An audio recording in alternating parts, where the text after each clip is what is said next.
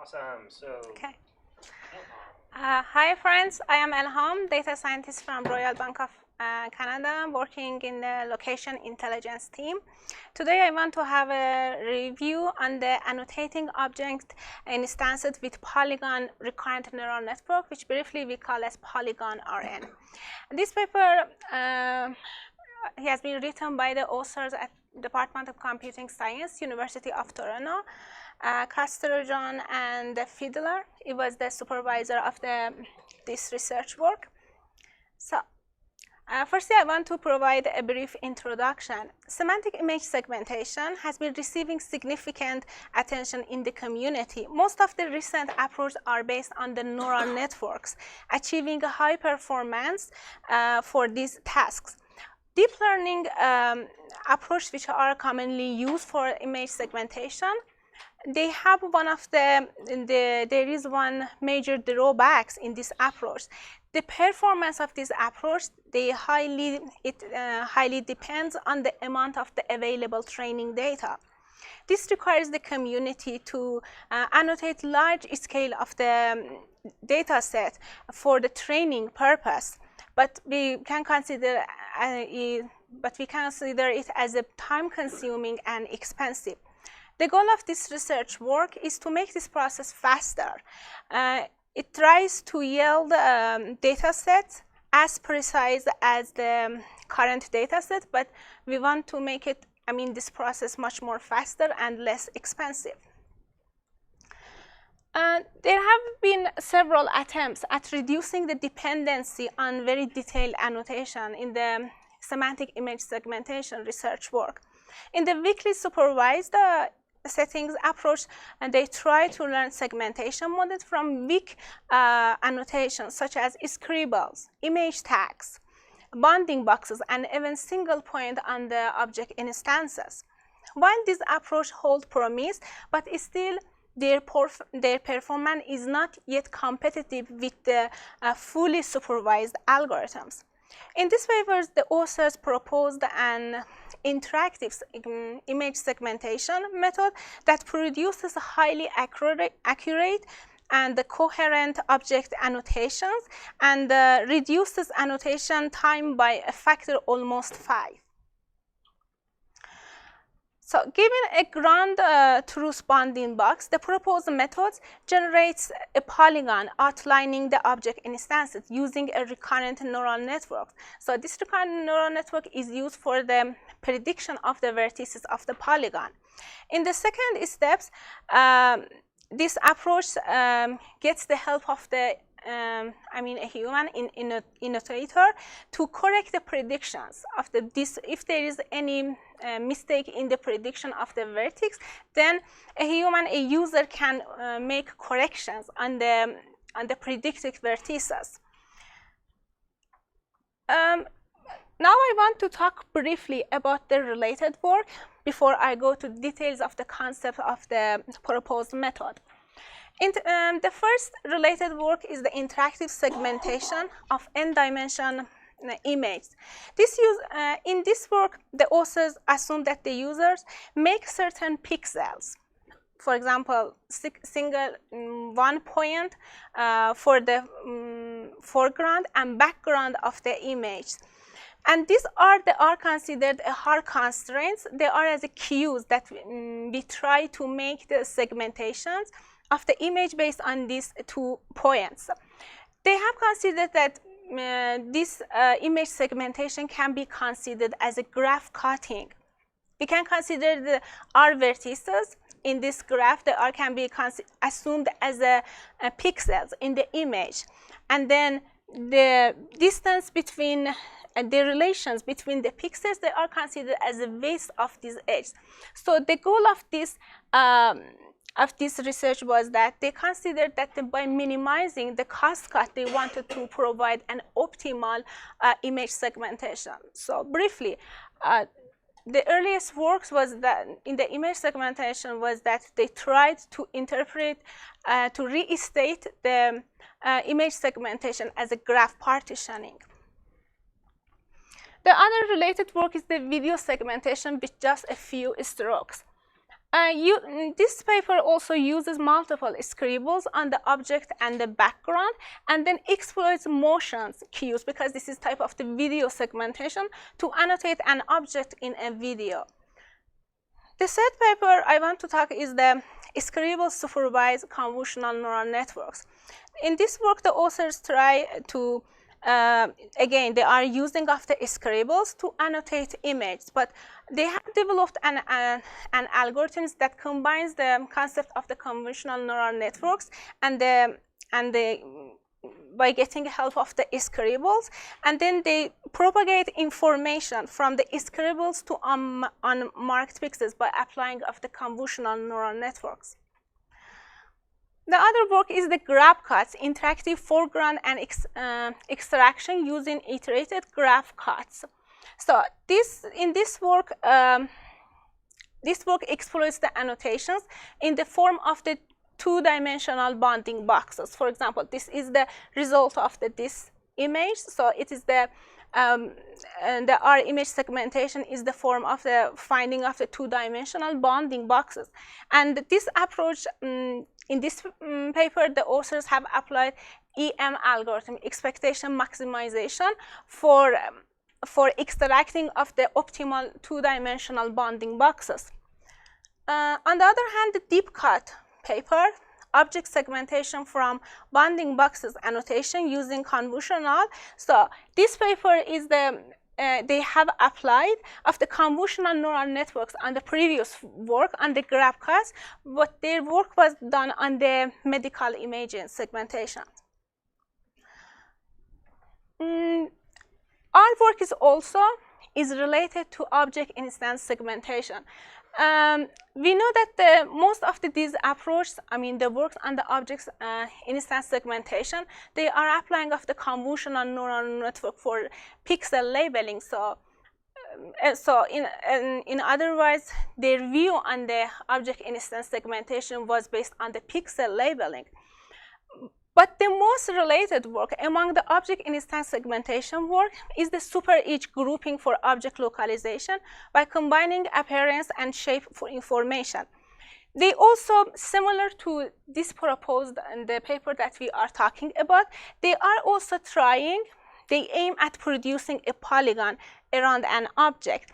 This approach starts by detecting edge fragments, and then they find an optimal way to connect these edges all together in order to find a coherent region as an object instance.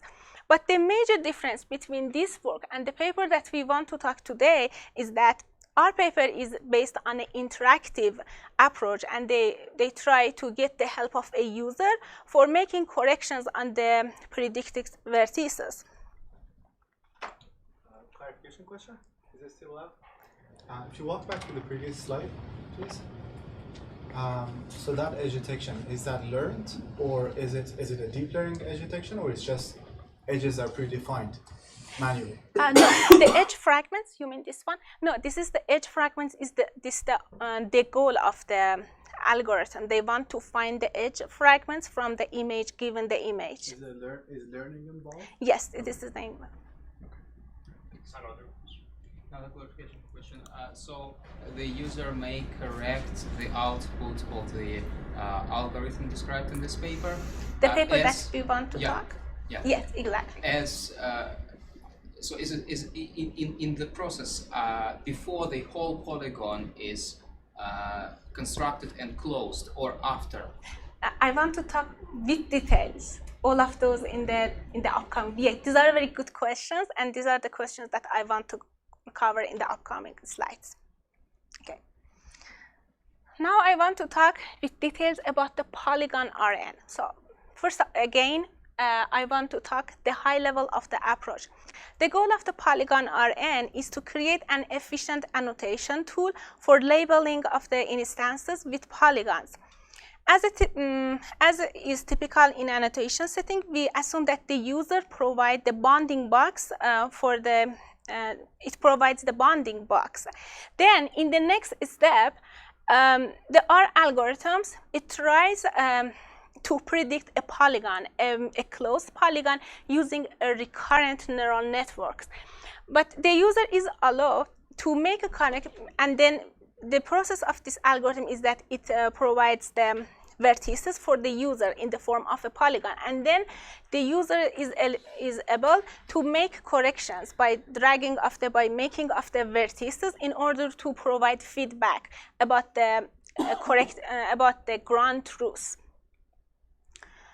So we parameterize the polygon as a sequence of two-dimensional vertices. We assume that the polygon is closed, so there is an edge between any two consecutive vertices, as well as the first and the last vertices.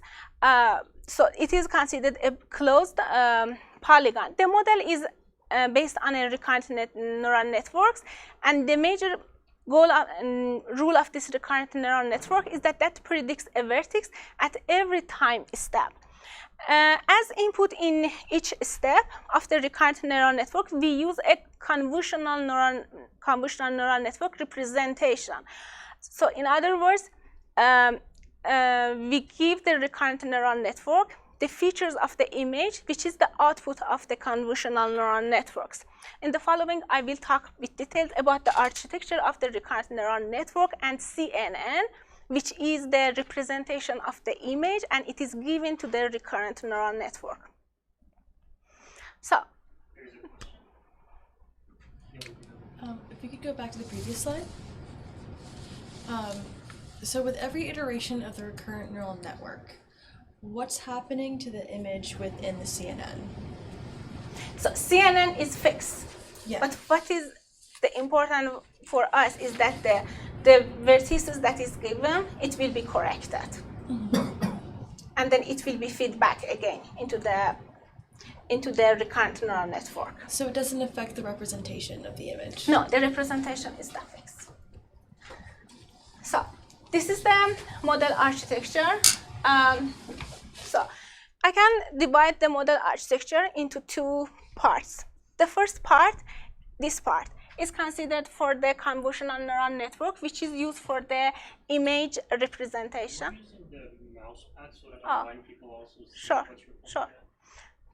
It doesn't reflect, yeah. You keep going. I'll fix that. Okay, and then the second left part, I can say with this right part or left part. The second, the right part of the model architecture is the recurrent neural network, which is used for the prediction of the vertex. But the left side of this model, it is the convolutional neural network architecture, which is used for the extracting of the feature image, and it is given to the recurrent neural network as one of the inputs. So first of all, I want to talk in the left part of the model, or the image representation via a convolutional neural network. The model architecture that the authors have applied in this paper is based on the VGG16. But it is the modified version of the VGG16. But how is the modification? If you consider this model architecture for VGG16, so the first thing that the authors they have done is that they have removed the dense layers here, and also the last pooling from the layer 5. So the pooling layer and these three fully connected layers have been removed.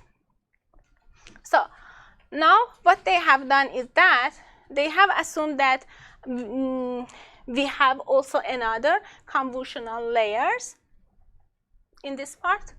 So they have added another convolutional layers, and also they have added one max pooling, and in the last layer after convolutional layer 5, after adding of the convolutional layer of the 3 by 3, they have added upscaling.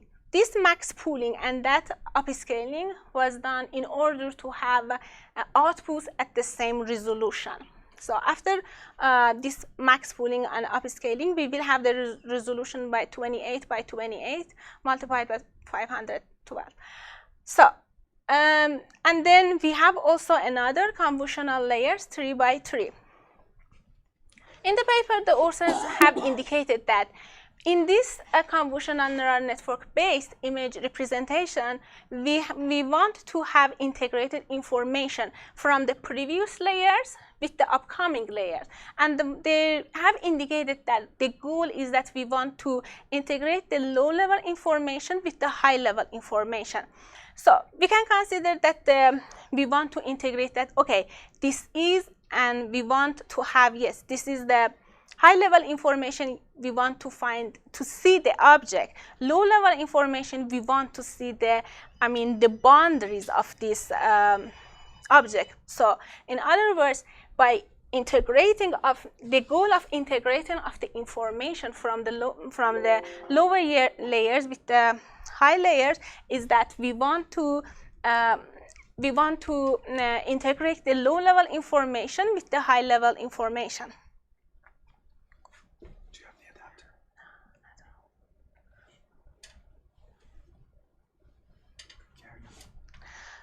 adapter? Okay. Recurrent neural network for, now I want to talk about the recurrent neural network for vertex prediction. So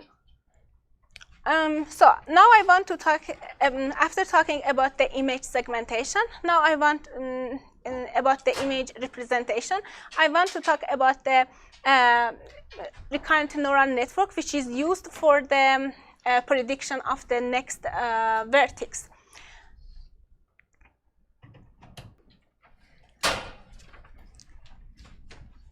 Sorry for interrupting.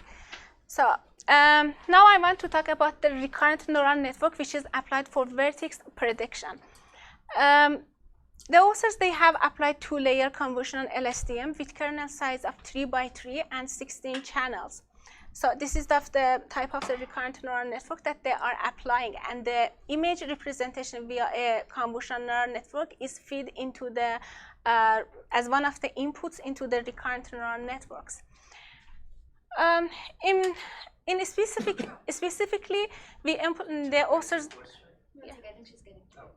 Specifically, the authors, they have applied the convolutional LSTM in this approach because we can preserve the spatial information received from the convolutional neural networks, and we know that convolutional LSTM, they operate in 2-dimensional.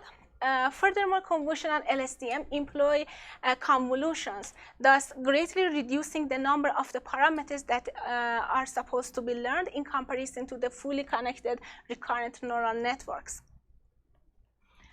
So we formulate the vertex prediction as a classification task. But before that, I just wanted to again repeat this point that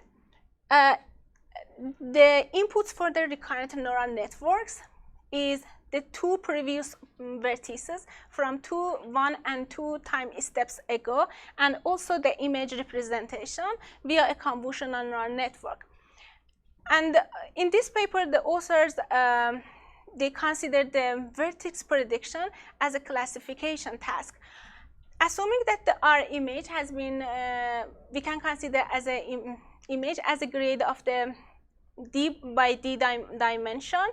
So we can consider that this classification, in this classification task, we represent the output at the time step t as the one-hot encoding of a D multiplied D plus 1 grid. So D multiplied D represent the all possible positions that a vertex can be placed. But on the other hand, this plus 1 grid that they are considering, this is because that they want to decide that, okay, if this vertex is considered as the last vertex in the polygon or not. In other words, the last dimension corresponds to the end of sequence token. Yeah. Does the network know in advance how many vertices there would be? Yes. Is the number of vertices given to the network as input? No. Or, so there is no constraints in? No.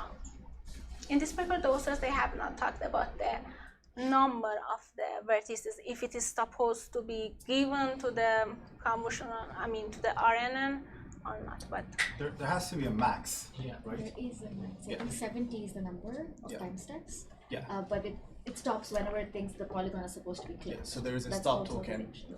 But how? It's a more specific question. Probably we could cover it later. But how does the network learn what is the good number? So one of the other, so the d by d plus one, the last one, the extra one is to mention that we are done with the polygon. So every prediction that you make, you're actually teaching it to learn that this is a point that's gonna close the polygon. Like because So binary. Yeah. It's 0 everywhere. except the last one, if you're it's a saying this is stopping the end of token. the polygon. So does it learn it from the training Yeah, data? The number? yeah.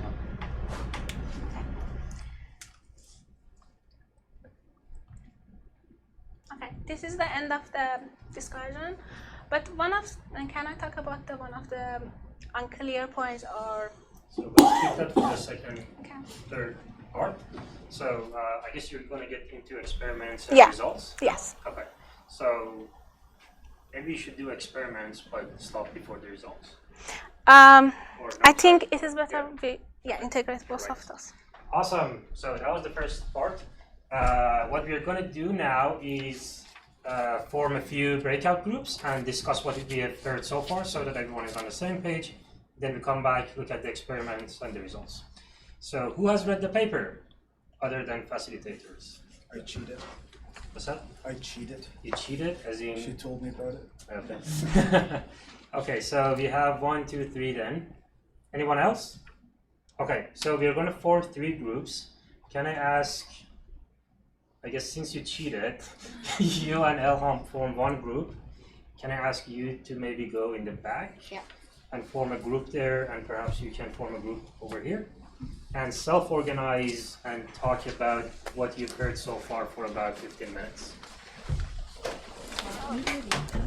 Uninteresting ones, very boring. Found out that it's very simplistic, but it really helped to start. The input text is the cropped image, and then the output text or the output or prediction label is the annotated polygon. Correct. That was really interesting. I mean, just to help me start, because Yeah. I didn't read the paper. All right. Anything else? All right. So since you are all on the same page now, let's look at the experiments and the results. So, to train this model, the cross entropy has been used as at each time step for the output of the RNN. We told that the predicting of the next vertex was considered as a classification task. We know that the cross entropy loss measures the performance of the classification model, whose output is a probability between 0 and 1. Cross entropy loss increases as the predicted probability diverges from the actual label.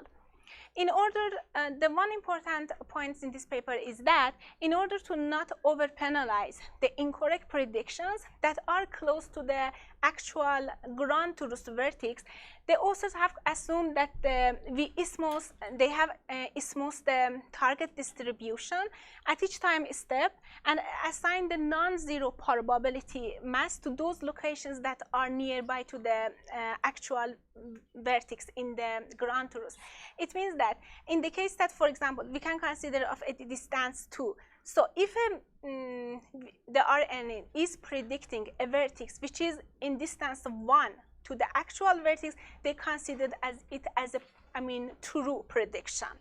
The goal was that we did not want to over-penalize the predictions that they were nearby to the actual vertex. Inference in our model is done by taking the vertex with the highest probability at each time step of the RNN. So the position of in the image that has the highest probability, we consider it as the next predicted vertex in the polygon. The annotate can correct the prediction at any time step. We do not need to have the prediction of the all polygons and then user correct the predictions of the correct the vertex predictions in this polygon. The annotator can interfere at any time step and correct the vertex to the next step of the RNN. So the corrected vertex will be fed into the RNN instead of the vertex that was predicted by mistake in the previous steps. The authors, in this slide, if I say we, I am talking about the authors. The authors evaluated the proposed approach on the cityscapes instance segmentation dataset. This dataset has the images taken from 20 cities, 27 cities in Germany and neighboring countries.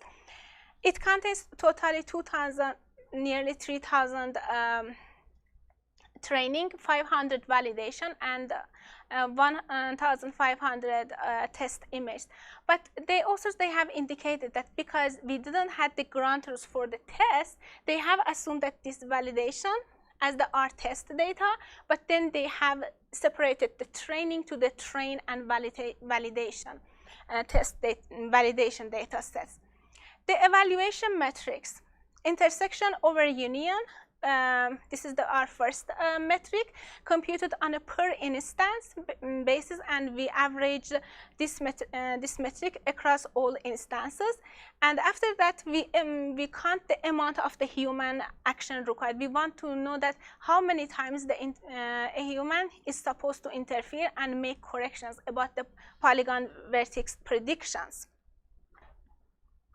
Yeah, and this data set contains the object instances from nearly person, rider, car, truck, bus, train, and m-bike and bike. So it has the different sizes of the object instances we can find in the image. About the baselines, they also have talked about the 4 baseline for reporting of the results. Deep mask. The deep mask, it uses a convolutional neural network to output a pixel labeling of an object. So it is type of the pixel labeling instead of the R, in comparison to the R approach, which is based on the prediction of the vertices of the polygons. The other baseline is the sharp mask. Extends the deep mask by clever upsampling of the output to obtain the labels that are much higher resolution. Deep mask and sharp mask, they use both 50-layer ResNet architecture, which has been trained on the COCO dataset. The other baseline is the square box, a simple baseline where the full box is labeled as the object. So instead of the taking of this tight full box, the authors they have suggested that they have reduced the dimension of this bounding box, but 80%, and then the 80% of the bounding box has been considered as the object instance. In the deletion 10, for the deletion 10 baseline, the authors use the segmentation results on the cityscapes segmentation dataset. This segmentation dataset is the dataset that authors they have used for training and test dataset.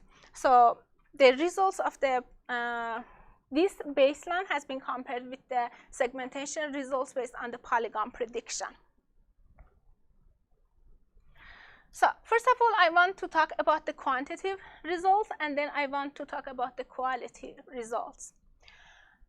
The authors the experimental results shows that the baseline, the proposed approach, it outperforms the baseline in 6 out of the 8 categories. So the results that they have in the bold, it shows that the proposed approach outperform the baseline in the corresponding category. They have reported that the proposed method performed particularly well in car, person, and rider, and it outperforming sharp mask by 12%, 70%, and 60% respectively. They have indicated that this is particularly impressive, and this is one of the significant points of the proposed approach, since SharpMac uses a more powerful ResNet architecture. So even though this is a very different architecture, but still they have outperformed the sharp mask baseline. About the effect of the object size, we indicated that our image, they have contained the instances from different various sizes. And the authors indicated that the performance of the proposed model in comparison to the baseline models have been investigated. The results they have indicated that for larger objects, the baselines have the for the smaller objects, the proposed approach outperforms the baselines, but on the other hand, for the larger sizes, the baseline outperforms the proposed method. And the authors indicated that for larger objects, the baselines have an advantage due to the larger output resolution. So maybe because of the difference in the output resolutions. So for the larger instances, the proposed approach has less performance in comparison to the baseline approach. But for we can see that there is a big gap between the baselines and the proposed approach when the length of the object is small. In the second set of the experiments, they have considered that we want to have the annotators be also involved in the experiments. The main advantage of the proposed model is that it allows a human annotator to easily interfere if a mistake occurs. At each recurrent neural network step, the annotator has the possibility to correct a misplaced vertex. The correction is fed to the model again at the next step of the recurrent neural network, and it is replaced with the previous predicted, by mistake vertex. We analyze how many clicks are needed to obtain different level of the segmentation accuracy. So they wanted to see that how the proposed method is working in terms of the number of the clicks and human action requirements. The authors have analyzed how many clicks are needed to obtain different levels of the segmentation. So they have, for this purpose, they have considered a threshold. This threshold indicates the distance which is how many pixels the predicted vertex can diverge from the actual vertex in order that we consider it as a correct vertex. So we can see that in this table, they are reporting of the number of the clicks and the IOU metric as the intersection over union, which is for different thresholds. We see that there is the number of the clicks. When our threshold is 1, it means that we want to have high accurate information in object instances in comparison to the case that the R threshold is 4. So in this case, because we want to have a highly accurate object instances, so number of the clicks is greater than the in comparison to the scenario that the threshold is 4. But on the other hand, we can see that the intersection over union, in here it is 84%, but in here we have 75%. So actually, we can observe a trade-off between number of the corrections, and there is a trade-off between the threshold and these metrics. The authors have also hired an experienced, high-quality annotator. They wanted to see that how how the annotating of the object instances they can help the annotators in terms of the time consuming. The annotator was asked to annotate all of the car instances in 10 randomly selected cityscapes from the validation dataset. 2 experiments were performed. In the first experiment, the annotator is asked to annotate objects by free viewing of the full image. In the second experiment, they have just used some scribbles. They have put some dots on the image, and then this dotted image they were given to the annotator. The annotator used the lab meat for annotation of the object instances. So in this table, we report the intersection IOU metric as intersection over union achieved by the human annotator, as well as the mean number of the click instances. We can observe that in the case the agreement achieved is when the annotator is giving the full image. So the agreement is the 69%, but the number clicks is 79. But in the case that annotator is given an image with a single point on the object instance, it reaches to 78 for the intersection or unit metrics, but it needs 96 clicks. On the other hand, what about if we give our automatic image to the annotator? It is like 87 is the when we have only our threshold for the metric when the threshold is 1, this threshold is the parameter that we wanted to say that how many predicted vertex is supposed, at most how many distance the predicted vertex is supposed to be far from the actual vertex to be considered as the true prediction. So we can consider that it reaches to 87%, and it only requires 9 clicks. But on the other hand, if we consider t as 4, it is 4 clicks, but it reaches to 82 for the metric of the IOU. So, yeah, so 82%, but only for 4.6 clicks. Yeah. Do we know if the points were annotated by the expert for this data set, or was it like automated using ground truth? This one? Yeah. It was that. This is a good question.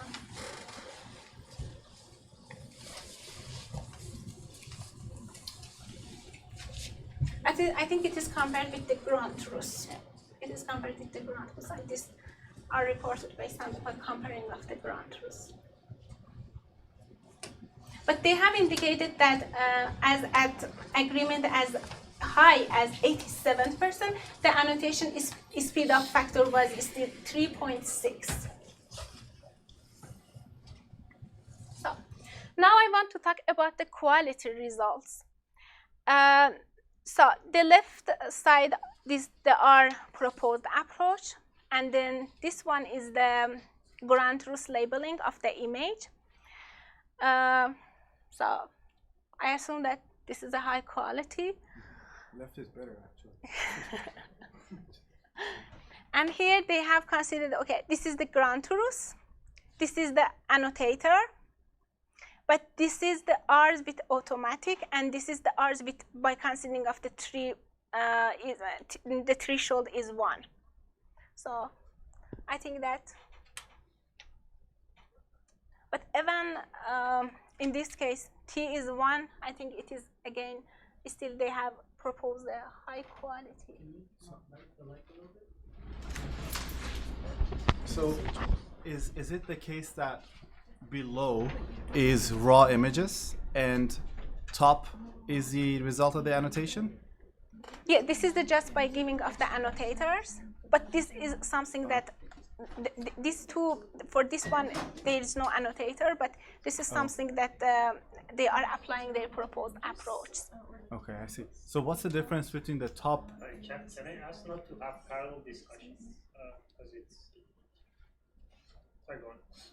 No, we probably want to hear that too. What's the difference between the top row and the bottom row? Two different images, two different sets of, yeah. But in this point, even though they have that this R's automatic it means that maybe there is no annotator is interfering. I think by this one, I think they are indicating that no annotator is interfering.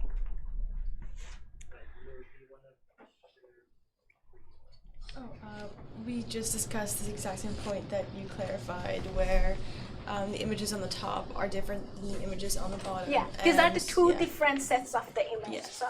And then column-wise, it goes through the vertices that are annotated by either the ground truth, the human, or the model itself. Yeah. So how is ground truth different from human? Yeah, the ground truth is different from the The annotator. expert annotator that they hired, it's that one. Yeah, just. So, but doesn't ground truth come from an expert that's previously? It's from the data set itself, so they would have done the processing. From the data, the ground truth is the exactly from city escapes.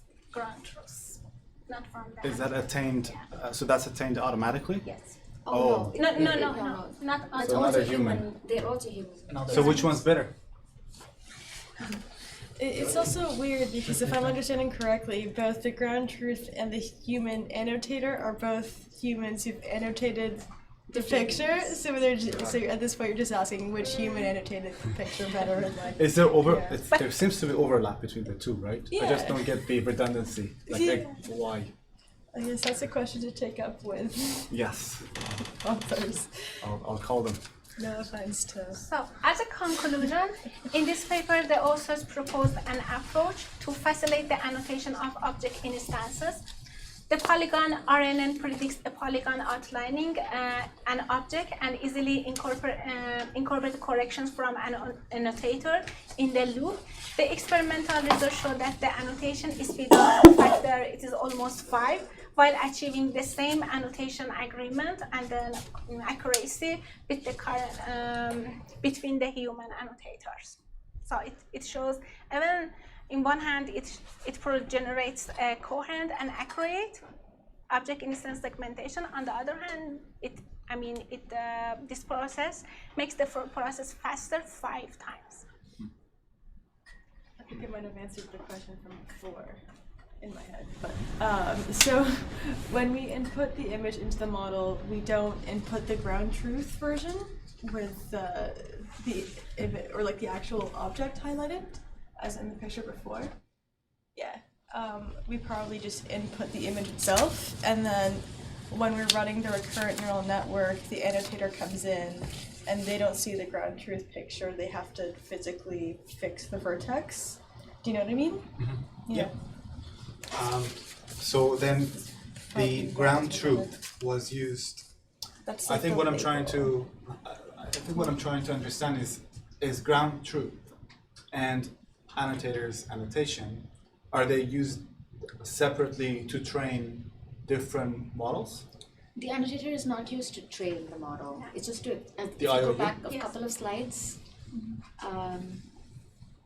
with the results, yeah, the human annotator also has a reported IOU, so they're basically comparing how well the human annotator did with respect to the ground truth in the data set. It's like AI-assisted data creation. So I thought AI-assisted data creation. I thought it's comparing. Say that again. Sorry. No, I'm just saying a use case or like a practical application of this type would be AI-assisted data labeling. Yes. No. No. That's given. No. What I'm asking. I think what was interesting was that at first I was led to believe that the IOUs are between the prediction of the models and some sort of ground truth. Yes. But it seems to be the case that the IOUs are the ground truth and the annotations. No, so here the top one is the annotator. So there's annotator full image and annotator crops. That's the 69% that is comparing the expert drawings with the ground truth. Okay. The hours, automatic, all those versions are comparing how the algorithm is done with the ground truth. So they're comparing Okay, it how makes it's less done. sense. It's no. Your point is totally makes sense. What makes sense less, and I'll bring that up later, is that why is ground truth so much worse than like it's 78 and 69, the IOUs. That's not ground truth though. It's a different human Yeah. annotator. It's a different person. So why are They two wouldn't- humans? Exactly. Why is the discrepancy? Because discrepancy is a method to test data sets. Yeah. Right. You test data sets with the discrepancies with like depending how many annotators you have. You test their consistency to say, okay, my Yeah. model, if I'm saying a score, it makes sense because it's not only similar to one person's brain, but similar to a collective. Yeah. So that's an interesting. That's a good point. On that point, can you go to the qualitative result page? Sorry, the previous one or the next one? That one. Yeah. The bottom, second one at the bottom. Yeah. How could a human annotator end up annotating something like that? They have I can't wrap my head around that. they have indicated that they have used a tool which is called Annotate, Label Me tool for annotation. Oh, okay. They got an expert annotator to annotate. So this is some other tools, not. So is this similar to how you do it in Photoshop, where you can just paint a whole area? You use like color-based I patches. have not. I need to investigate. Okay, this question, okay, but that's just interesting. Okay. Could be. Have you Yeah. ever worked with the GIS software, like ArcGIS or something, where they have maps or they have satellite images? Correct? Okay. And then they have to annotate shapes. So they usually create shape files. Okay. Those shape files are vectorized polygons where you can transform to a raster and map into a pixel. Okay. So that's how they create those shapes. Right, but I think Okay. his point is more about. His point is more about for a human to do that smooth of an annotation is not trivial. If you look at Yeah. look at the bottom of the car, like where does that shape come from? Like, Oh, makes no sense. Yeah. I think those are the polygons that the human defines. That's why the number of points on average the human annotator does is like 70 or 80 clicks. So it's Okay. like he defines a very fine-grained polygon to like completely cover the object. But it depends on the number of the, the So- accuracy that they want to get, the number of the Do you mean the clicks. human annotator is overdoing it? But Xiang's point is that the human annotator is clearly making a mistake by where Elham is pointing at. Right. There is an extra thing there that shouldn't really be there. Right. Right, But exactly. Yeah, they have Miscreant indicated of the that okay, annotator is prone to do mistakes. Yeah. And this is because of that, sometimes they are even using of the single point on the object instances to guide the annotator for the correct annotating. Okay. Andre, did you want to share your thoughts? You guys were I discussing forgot it, but I have another one. Yeah, go on. So probably a clarification point. At some slide in the beginning of this section, there was that the algorithm predicts next vertex as the most probable vertex from the current state, and it is a little bit counterintuitive because I would order the vertices as they go in the polygon, in the chain of the polygon. But it seems that the algorithm just takes them randomly, the most obvious ones. The most obvious one, vertices. Yeah, Yeah. But in the order of their obviousness. based Not- on this algorithm, they have indicated that we consider the two previous. So in the cases that, for example, we are making one correction on one of the vertices, so I assume that the other vertices they are supposed to be corrected. So it's a No. lovely point. What I mean is that I ask you to draw a Yeah. polygon. You would put a point, and then connect, close it. Whereas, as far as I understand, the algorithm takes a point, then another point, then another point, and the order is different. Not how I would draw it. That's or unless they have a mechanism. It could happen, but they are predicting next vertices of the polygon, so it should be the same. So you're saying they're trained when they It is when you're trained, it is by order. The point about the maximum log likelihood or whatever is around the one hot encoding Okay, for the yeah. pixel itself. So they train So- by order. So the order would be It is trying to predict in order, but the maximum point it picks is like out of the whole image, let's say there's like 5,000 pixels, trying to predict where the point is, right? So when it comes out with the prediction, it's not going to be 1 or 0, it's going to be a logged likelihood of different. So that is the there they pick the maximum. So it's trying to predict the vertex maximum for that particular prediction in time. It is still ordered. So if it doesn't follow the order, it's going to get penalized heavily. Yes. Yes. And in the beginning, they have indicated we define Polygon as a consecutive, as a sequence of the points. So it means that yes, order is important. Julie. So, adding to that point, do you know if, let's say, the way you draw a polygon, you start at top right versus bottom left, does that order change the results of it? They have not talked about. Because you don't want to penalize them. Yeah, but the other point is that, I mean, how would be different in the? This is something, the question that I have also. How would be different if the polygon, the whole polygon is given to the annotator to make the correction? And how about, for example, after 4 points, the correction? Even though they have indicated that the annotator can interfere at each time step, but how it would, the result would change? For example, at the beginning of the steps, the annotator interfere, or the middle step, or the last step.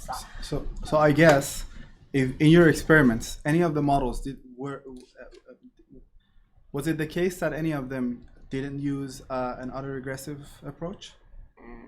Regressive approach. Yeah. So is any of? Do you want to go to the table where you compare different methods, including theirs? Yeah. Is any of those models not using a sequential classification algorithm, including RNN? No, I don't think so. They are applying of the. All of them are using RNN? Yeah. Okay, too bad. So if one of them, so I guess what you guys are asking is that if you don't apply RNN, what's going to happen? Because RNN is sequential. This is a paper from Fiddler group, right? Sandra Fiddler. Yeah, Fiddler from the. Their latest is a curved GCN. Curved. Curved GCN. I think it's the same task, but they use the graph. I think they talked about it at the AISC Not RNNs? last year. Okay. Okay, so the baseline appear not to be RNNs. Therefore, LSTM so far to the year that this was published is better. So that sequence matters. So one little point that maybe as a workaround, not to penalize it, just take a training example and generate all possible cyclic shifts and add it to the training database. They do that. So they that, augment. they do that. Yeah. Okay. They don't do all possible combinations, but they randomly select the starting point of the polygon and then create different versions of the data. What's the result? Like it's just augmentation, so it performs a tiny bit better? They haven't compared the augmented and non-augmented. And why did they do that? They have just done it for everyone, like by default. One of the, I want to also cover other point.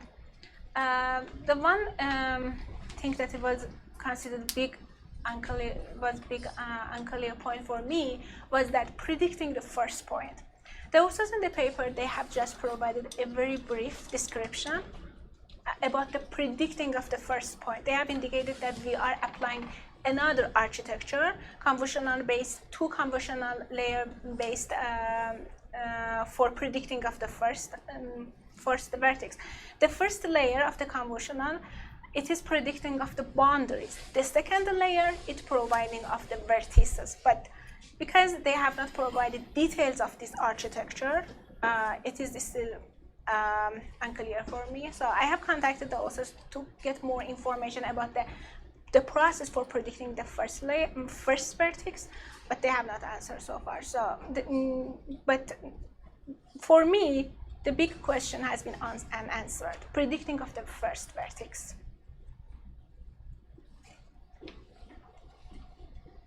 The first one in the experiments, is it not given? No, they have not provided any experiment. Model architecture description. Even though they have provided the model architecture with details about the whole proposed approach, but the model architecture that they are applying for predicting of the first vertex, even though it sounds so interesting for me. So how they are predicting vertices only based on the boundaries, and how they constantly, okay, this vertex is the first vertex, so they will have a set of the vertices. So how they find the first vertex. It is, yes, it is, it's not unclear yet. And when you say first vertex, do you mean first vertex for each object or first vertex of the whole image? No, first object for one object instance. Yeah, because we know that in this proposed approach, yeah, in the proposed approach, 2 previous vertices, they are given to the RNN. Yeah. So just make sure I understand. So you start from the point randomly because you cannot predict where human starts. It is not randomly. They have proposed another convolutional neural network-based architecture for predicting the first vertex. It is not randomly based. Oh, but they don't elaborate? No, they did not provide the details. But it doesn't really have to, like, there's no first vertex, it just has to predict any vertex. So, yeah, any vertex can be considered as our first vertex. But it should be on the edge. It should be on the boundary. Yes, Aren't all of them in the polygon on the boundary? So they are in the bounding box. Yeah. But are they in the boundary? I don't. All the points in the polygon should be on the boundary of the object, right? That's the ground truth. Yeah. Oh, right? You mean like it could? For the model, though. That would be a bad model. but the past 2 items is simple. Like the past 2 ones, they can be randomly initiated, or some sort of start token. So the first 2 are fine. Yeah. But the first item, the ground truth, you're saying. But maybe that's. But I mean, to me, to be honest, that's not too much of a question, because you give it 2 random vectors. Say these 2 fixed random vectors are the history, because you're using a trigram model. You have t minus 2, t minus 1. You predict t, right? As long as you give it the 2 t's before t, so t minus 2 and t minus 1, it should be able to accurately, I mean, to somehow accurately predict the vertex on the boundary of the object. Otherwise, it gets penalized. So you mean that the first 2 vertices, they might be selected randomly from among all vertices that we say, okay, they are on the boundaries of the object instance. Right, I understand what you're talking about now. Okay, I thought about them as vectors, but you're saying the first 2 vertices, they are actually 2D vectors. Each one is a vector of 2 components, right? Where are they? Where are they? Yeah. Yes. Because they have talked that first layer is boundaries, the second layer is the vertices. Yeah. This is the procedure that they use for, but okay, they have prediction of the vertices. So which of these vertices they are considered as the first or second vertex? Good thought. I think from your point, it appears that they just have a model that predicts 1 dot on the edge of the object. And maybe it was too trivial for them to go in detail. Andre. Yes, but so how is the model initialized? Like t minus 2, t minus 1, or we get, as far as I understand, we're talking about how to get the first one, which is t minus 2. How do we get t minus 1? Like the second vertex. The first and second vertex is not clear for me, but I can give you the hint for so how the third vertex has been predicted, but the first and second vertex, I don't know. So the first 2 have to be given by the original model. They specify that's what Elham was saying earlier. They have a separate architecture for that to predict the first and the second vertex, a separate one, but they give no details about that at all. Yeah. There was another question? Oh yeah. Is there a resolution? Do they specify a resolution? About the resolution of the image D by D? The amount of polygons required to specify the shape.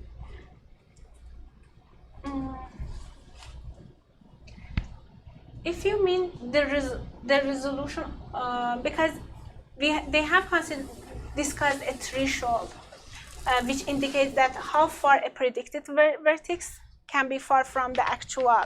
Yeah, they have talked about yeah, this was a threshold that they have talked, and then they have in this table they have got this conclusion that they have observed a trade-off between this threshold and the matrices that they are reporting. Yeah. Right. This is I mean, I can ask this question after. It's a little bit stupid. The threshold is not how many value points or how many Cells? No. indicator points. What is it called? Annotator points.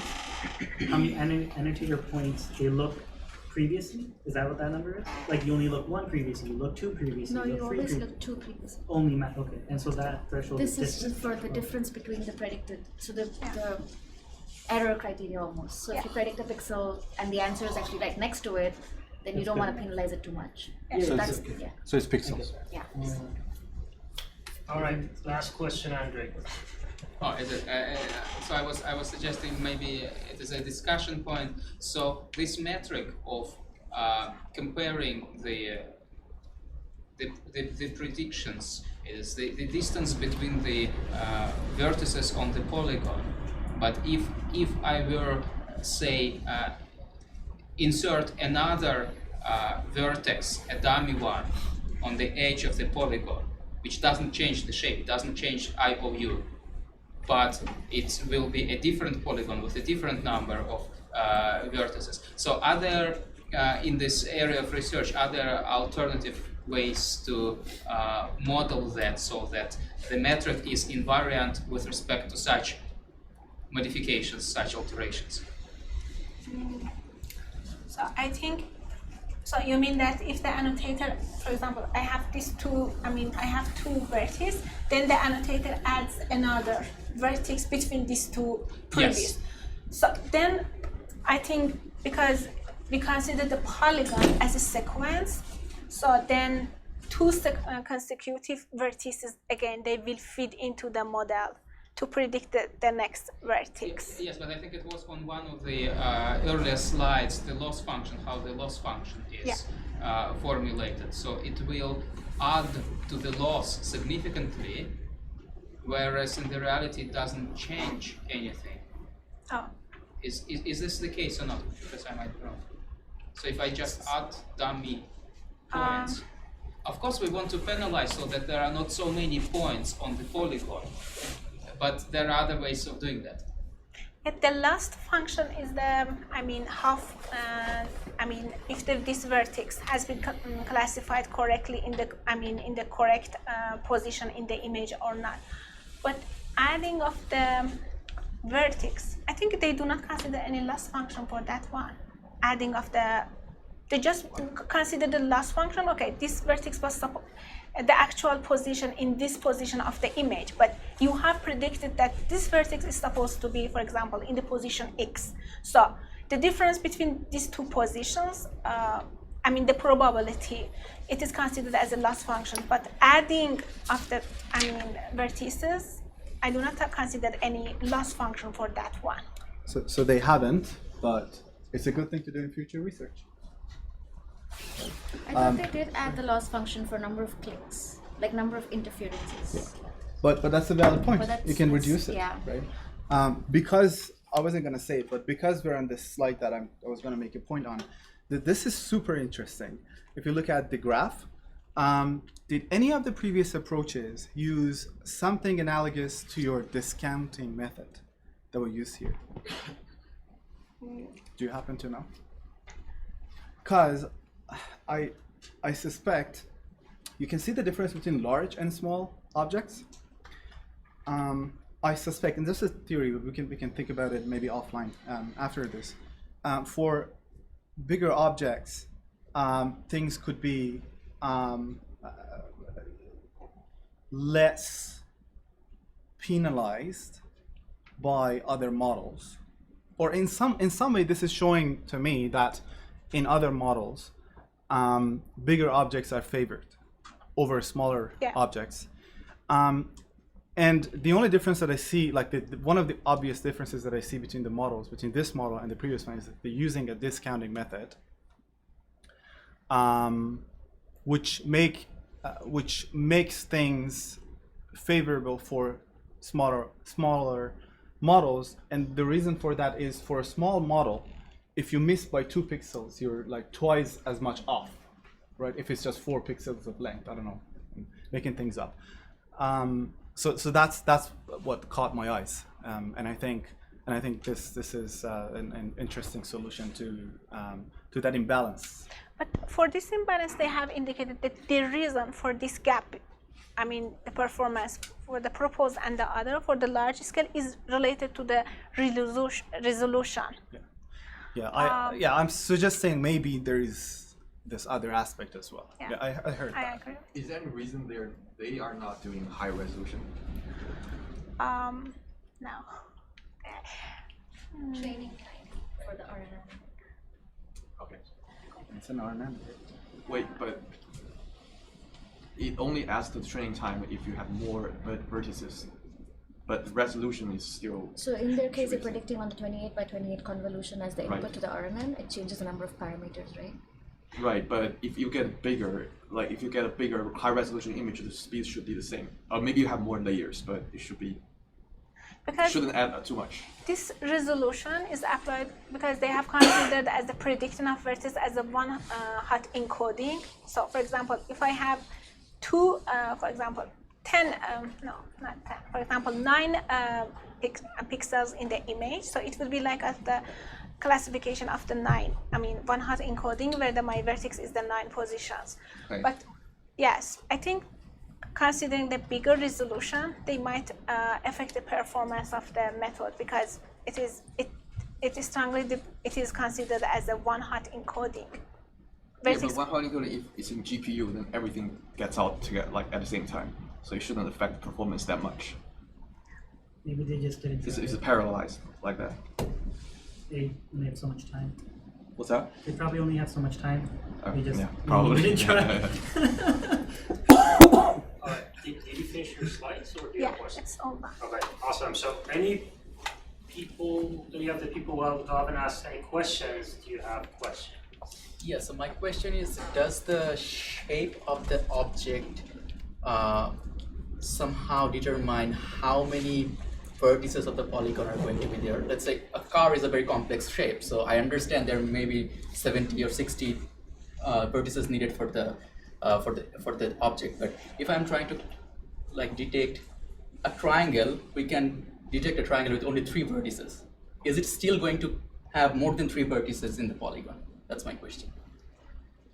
So I couldn't get your question. So if the shape of the object is more complex, then the model will generate more vertices in the polygon. Is it the case, or there is no relationship between the shape of the object and number of vertices that will be generated for that object?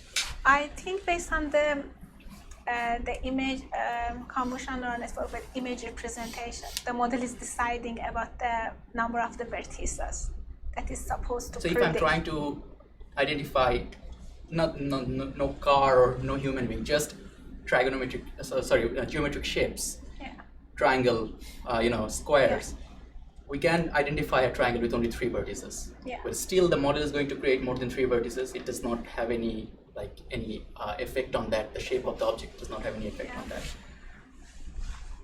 Maybe no. Maybe.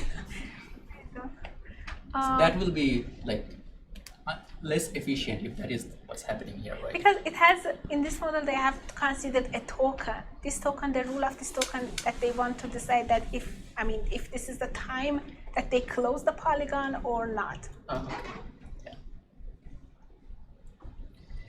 Last question? No? Alright, let's thank Elham, Divya, and Nour. Thank you. Thank you, guys. Okay, I guess that's it. If you have questions about the workshop, come ask me. We are rolling out a new cool tool that you can use to create 5-minute videos of your papers that you're interested in. And we are looking for, you literally upload a PDF and click a bunch of things and talk over them, and that gives you a 5-minute video. Or 10-minute video. Or 10, 5 to 10. 5 to 10 minutes. Oh, not too many. So we are looking for people, mostly perhaps grad students, but if anyone else is interested, we can talk. To use the tool to create videos about any paper that they're interested in, just to try it out. So if you're interested in that, come to talk to me as well. You'll get famous. You get famous. On YouTube. Famous. No, you get famous. So the videos will be published on our YouTube channel that has currently more than 7,000 subscribers, and it is growing pretty fast. So, and last thing, there's something about Notions, because last year when we came to Notions, it was that exact day that I incorporated aggregate intellect. And today I gave a notice to leave my corporate job for aggregate intellect. So I'm gonna go for a drink. If anyone is up for it, let's go grab a drink after this. Help me celebrate. Where are you going? Sorry? Where? Somewhere close to here. Yeah. Awesome. That's all. Thank you for coming. And hope to see you in the future. Oh, by the way, for those of you who are new, if you go to members.ai.science and create an account, then you can see all the upcoming events and register for them for free, because you don't need to pay for that. Thank you.